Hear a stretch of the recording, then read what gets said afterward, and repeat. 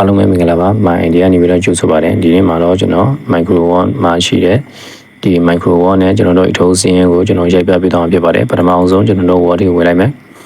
word တွေဝင်မှာကျွန်တော်တို့နေယူဆိုတဲ့ဟာလေးမှာကျွန်တော်တို့အပေါ်ပေါ့နော်ဒီစာရွက်အသစ်တစ်စုံကိုကျွန်တော်ယူလိုက်မယ်ယူပြီးမှကျွန်တော်တို့ဒီ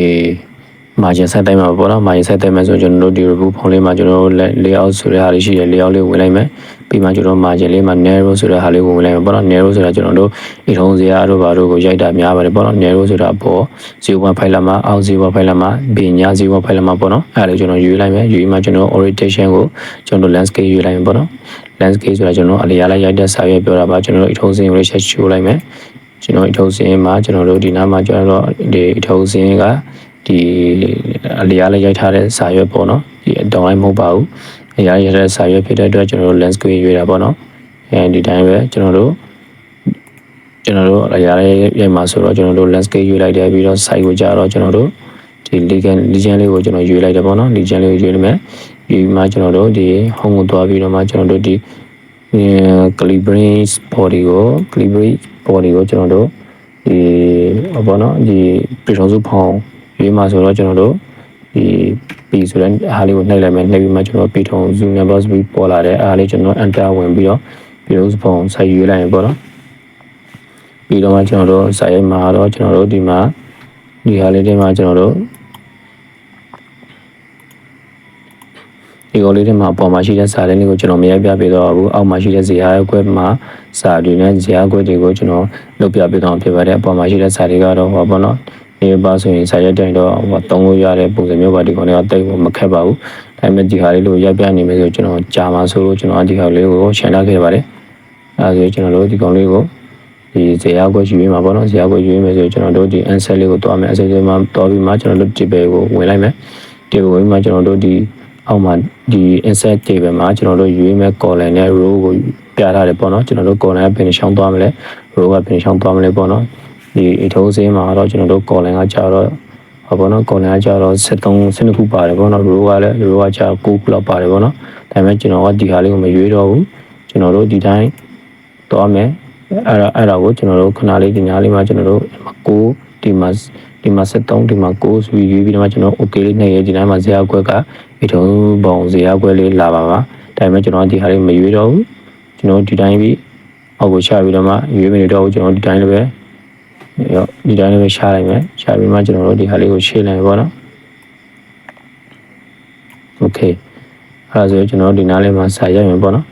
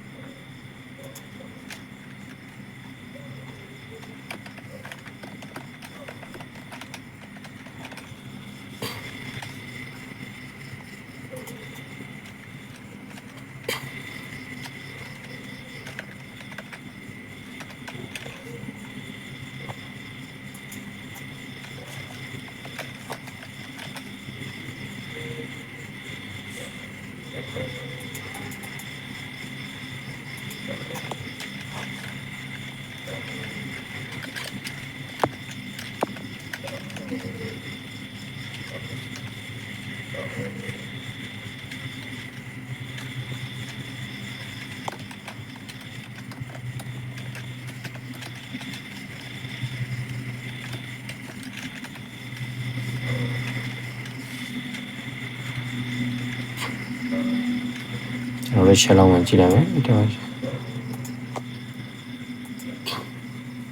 တော်ဒီနားမှာအမြင်မဟုတ်သေးတဲ့လိန်အဖားမြင်ပြီးမှအိတ်တော်ဦးစီးနားမြင်တော့တော်ဆက်တိပေါ့နော်အဲ့ဒီလိန်အဖားမြင်လိန်ဘုဒ္ဓလိန်အဖားမြင်အိတ်တော်ဦးစီးနားကျွန်တော်တို့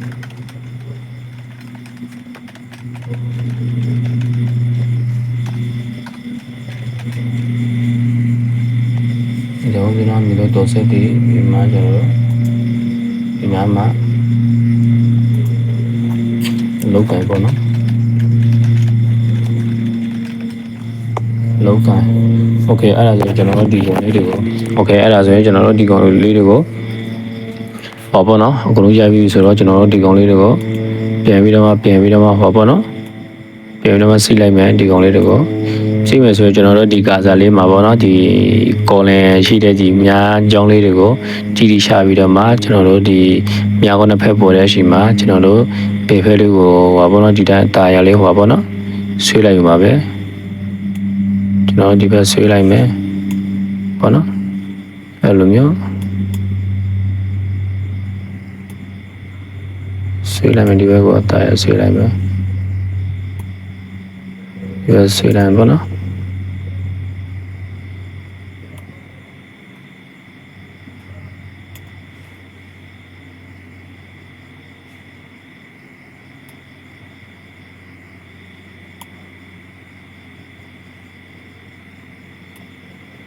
ပြီးတော့မှကျွန်တော်တို့ဒီနားမှာအလုတ်ကန်ဆိုတော့ပေါ့နော်ဒီမြက်ဝတောင်အမက်ဆန်ပြီးတော့မှဒီခွင်ကဒီဘေးမှာ9ခွင်လောက်ရှိတယ်ပေါ့နော်အဲ့ဒါဆိုရင်ကျွန်တော်တို့ဒီခွင်ပြီးပြီဆိုရင်နောက်ထပ်ခွင်9ခွင်လိုတာဆိုတော့ဒီရိုက်ပြီးသားရှိတဲ့ဒီတောင်းလေးမှာပေါ့နော်အပေါင်းလေးရှိတယ်အားလေးကိုကျွန်တော်တို့ဒီတိုင်းနှိပ်လိုက်ရင်ပေါ့နော်တစ်ချက်လောက်နှိပ်မယ်တခွင်ရလာပေါ့နော်ပြီးမှကျွန်တော်ဒီဆက်လေးကိုပြန်ဖြုတ်မယ်ဖြုတ်ပြီးမှဒီနားလေးမှာပြန်ပြီးတော့မှကျွန်တော်တို့ခွင်လေးကိုနောက်တစ်ချက်နှိပ်မယ်နောက်တစ်ခွင်ရမယ်ဆက်လက်ဖြုတ်မယ်နှစ်ခွင်ဆိုတော့9ခွင်နှိပ်ရအောင်ပေါ့နော်နောက်တစ်ချက်ဖြုတ်မယ်3ခွင်ပေါ့နော်3ခွင်ပြီးမှဒီဘက်ကိုနည်းနည်းကတ်ထားမယ်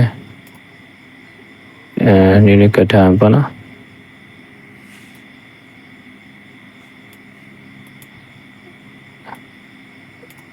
နည်းနည်းကတ်ထားမယ်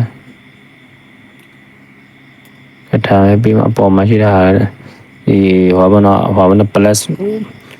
ဟောဘောနော်စာဝဲပုံစံမျိုးပေါ့နော်စာဝဲပုံစံဒီကောင်လေးတွေကို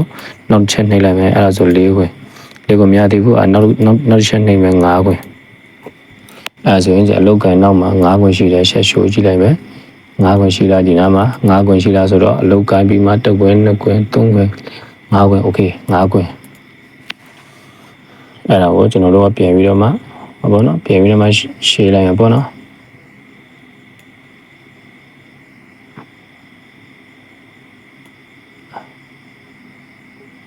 ပြန်ပြီးတော့မှရှေ့လိုက်မယ်လောက်ကပြီးတော့မှနောက်ထပ်စာတွေကိုရေးရအောင်ပေါ့နော်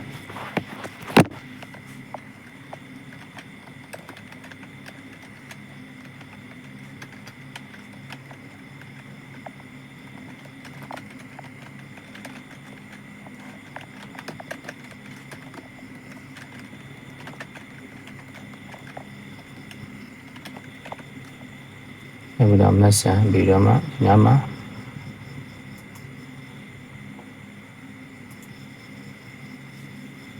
လူမျိုးနိုင်ငံသားဘာသာမှတ်ရှာ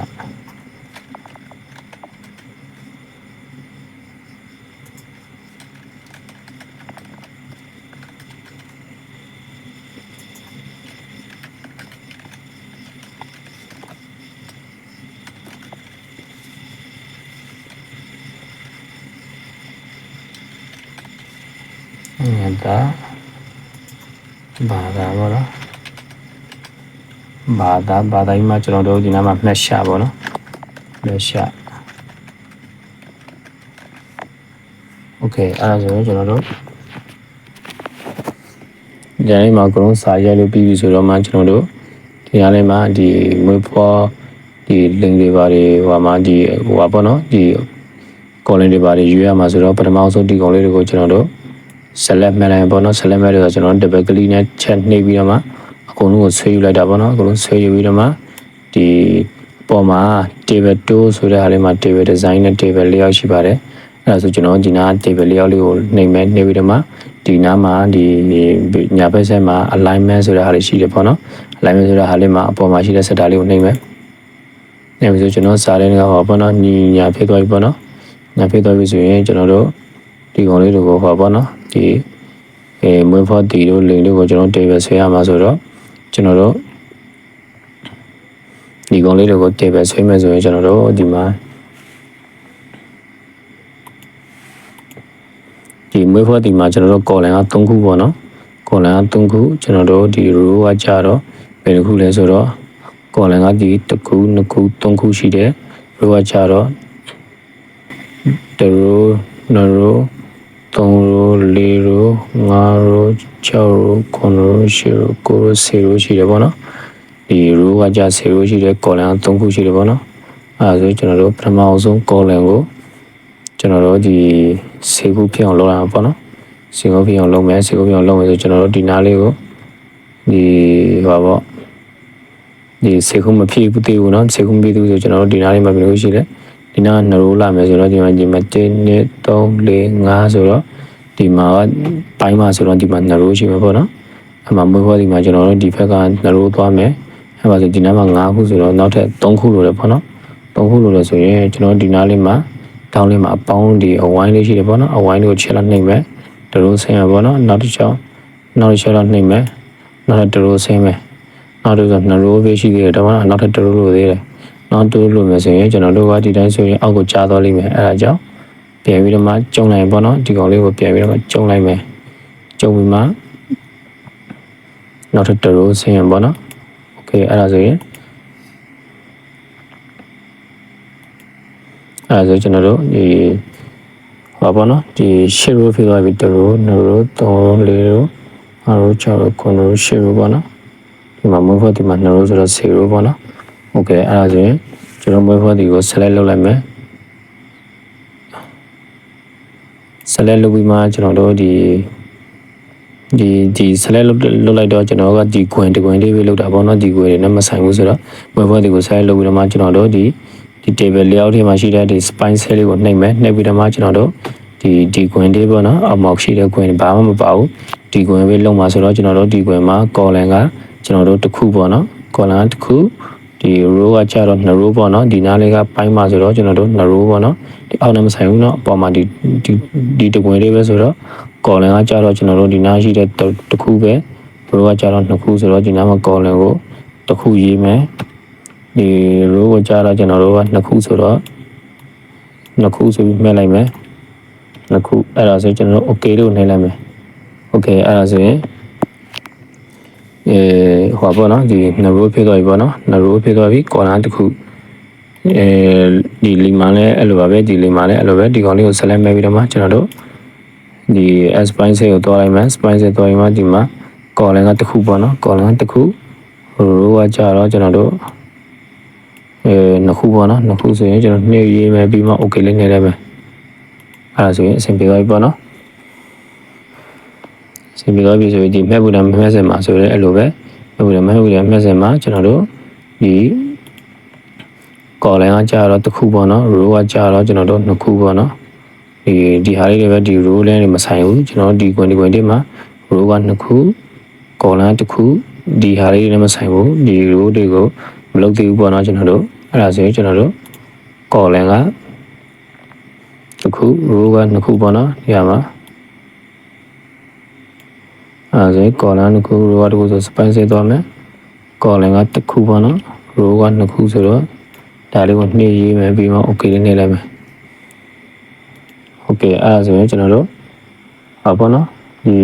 ဒီဟာလေးနှင်းပြီးရပြီဆိုတော့ကျွန်တော်တို့ဒီမှာမွေးဖွားဒီမှာကျွန်တော်တို့က column ကပြောရမယ်ဆိုရင်ဒီ column ကဆိုရင်တစ်ခုပေါ့နော် row က2ခုဆိုရင်ရပြီဆိုရင် okay အဲ့ဒါဆိုကျွန်တော်တို့ဒီနားမှာ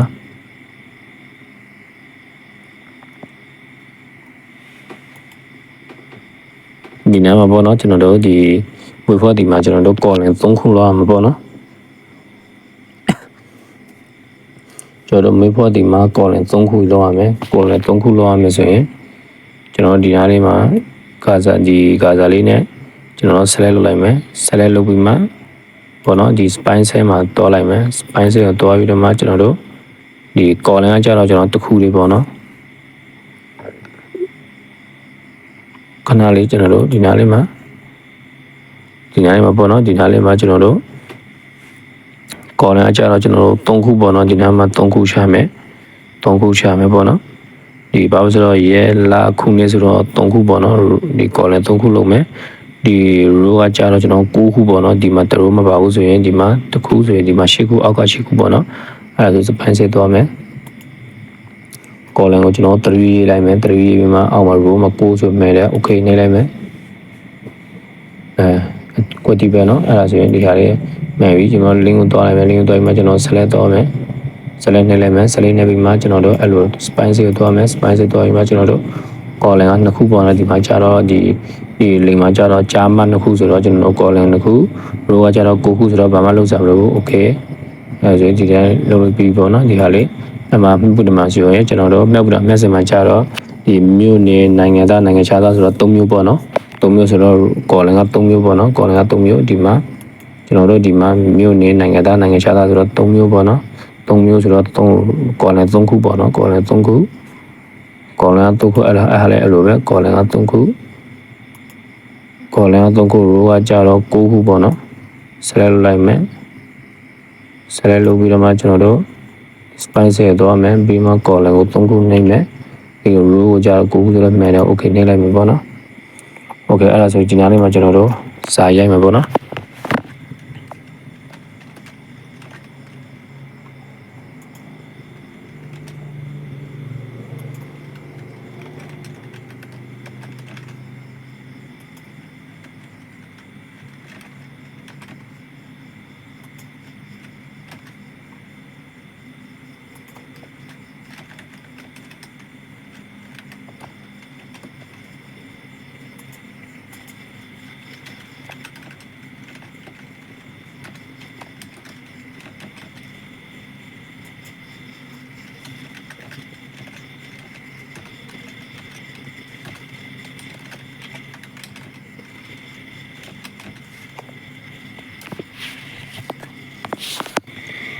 အဲ့ဒါဆိုရင်ကျွန်တော်တို့စာကတော့အကျဉ်းအဖြစ်အကုန်လုံးရိုက်လို့ပြီးသွားပါပြီရိုက်လို့ပြီးသွားပြီဆိုတော့ကျွန်တော်တို့ဒီစာတဲ့ကိုပေါ့နော်ပြန်ပြီးတော့မှညှိမယ်ပေါ့နော်ပြန်ပြီးတော့မှညှိမယ်ဆိုရင်ကျွန်တော်တို့ဒီအမှတ်စံကိုကျွန်တော်ပြန်ပြီးပေးခဲ့လိုက်မယ်ပြီးမှကျွန်တော်တို့ဒီအမြင်လေးတွေကိုလည်းဒီ line တွေကိုလည်းကျွန်တော်နည်းနည်းရှင်းလိုက်မယ်ပြီးမှရက်တွေဘာတွေကိုလည်းကျွန်တော်တို့နည်းနည်းရှင်းလိုက်မယ်ပေါ့နော်လာကိုလည်းအဲ့လိုပဲကျွန်တော်တို့နည်းနည်းရှင်းမယ်ခုနေ့ကနည်းနည်းဖြစ်ဟိုဟာကြားသွားပြီဆိုတော့နောက်ထပ်နည်းနည်းရှင်းလိုက်မယ်ပေါ့နော်ကြား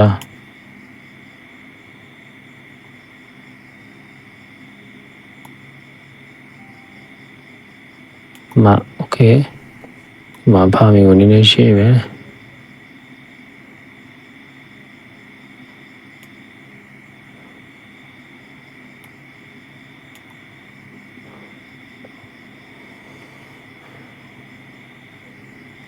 လောက်ကင်မြို့နေ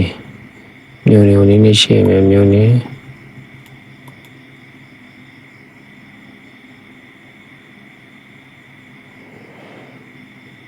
အဲ့ဆိုကျွန်တော်တို့ဒီဟာလေးကိုပထမဆုံးဒီဟာလေးအကုန်လုံး select မှတ်လိုက်မယ် select မှတ်ပြီးတော့မှကျွန်တော်တို့ဒီဟိုပါပေါ့နော်ဒီ table layout ထဲမှာရှိတဲ့ကျွန်တော်တို့ဒီ alignment မှာကျွန်တော်တို့ setter ဆိုတဲ့ဟာလေးကိုယူလိုက်မယ် setter ဆိုတဲ့ဟာလေး line ယူပြီးတော့မှကျွန်တော်တို့ဒီနားလေးမှာ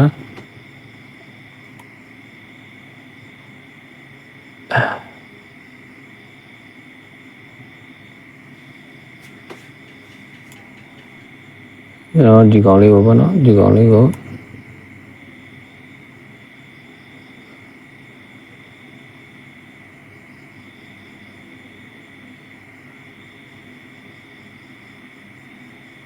ပြန်ချလိုက်မယ်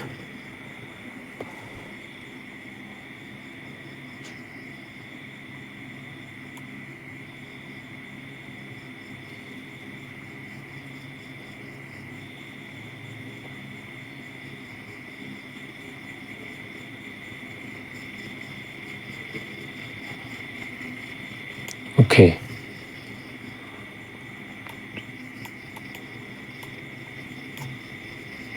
နော်စက်တာလေးကိုပြန်ပြီးတော့မှစာတန်းကိုပြန်ပြီးညှိနေပေါ့နော်